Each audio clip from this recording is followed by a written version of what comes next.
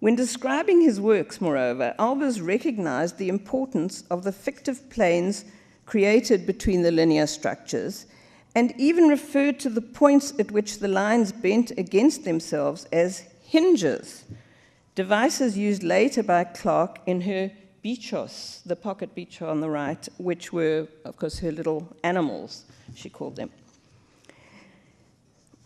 Moreover, in 1961, Albers called for sculpture that depended neither on volume nor on line, but on what he called the in-between. The plane, which, quote, he called it the in-between, which was, of course, the plane. And he said, when thinking in planes, sheets, especially of metal and plastics, have become a focal point as well as a point of departure, he wrote, which means starting sculpture almost within 2 dimensions.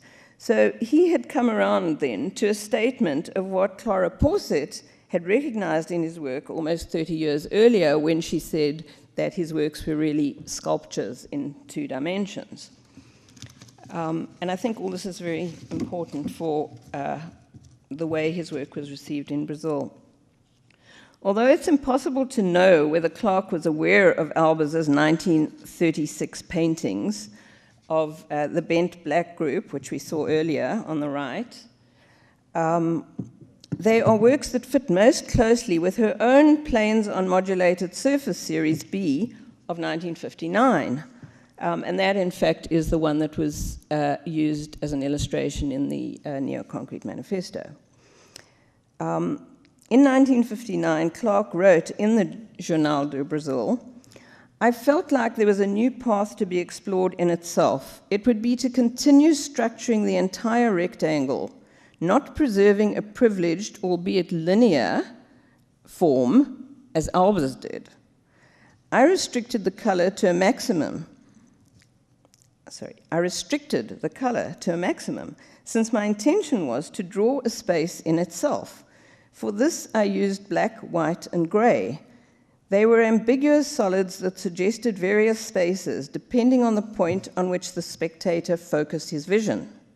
From this series came the first modulated surface in which the line would be completely integrated. My objective was to make the spectator participate actively in this expressed space. He feels it in an organic way.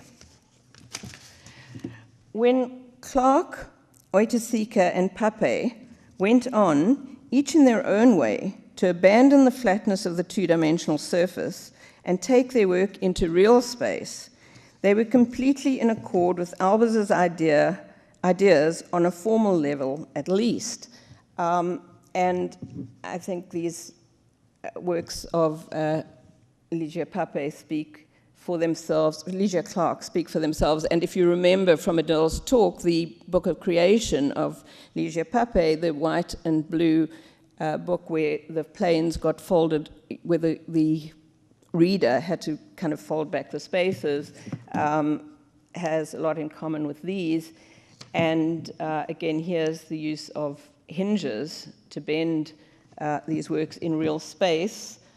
And then looking again at Oiticica's work, and I haven't studied any of these things in great depth, but when I finally got to Brazil, and I went to Rio, and I went to see an exhibition of the Penetraves, which was my first experience of Oiticica's work, I had my own shock of recognition because I walked into this space and I thought, I'm walking into an Albers painting. It was just the most phenomenal experience that I had. And so I kept seeing just this amazing connection. So although they went beyond what he'd done in his work, they were completely in accord with his ideas, as I say, on a formal level and beyond the purely formal.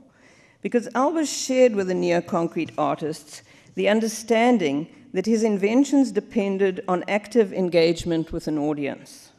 That's where you come in.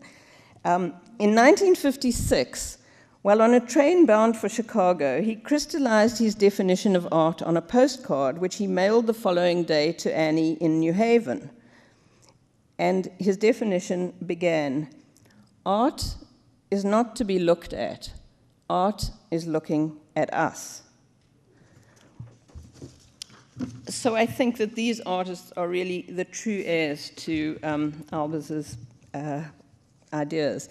In July 1960, in the Jornal do Brasil, Ferreira Goulart would devote an entire article to Albers, whom he regarded, as Hector Olea has written, as the legitimate heir to Bauhaus ideas. It was important for Goulart, and by extension for the neo-concrete artists, that Albers's understanding of perception, and Goulart wrote, implies an art with no metaphysics that at the same time reveals a complexity and ambivalence in perceiving. Recognizing Albers as the true precursor of the neo-concrete artists, and quoting Mario Pedrosa, Goulart noted, Albers manages to give the square a phenomenological quality of something alive. Thank you.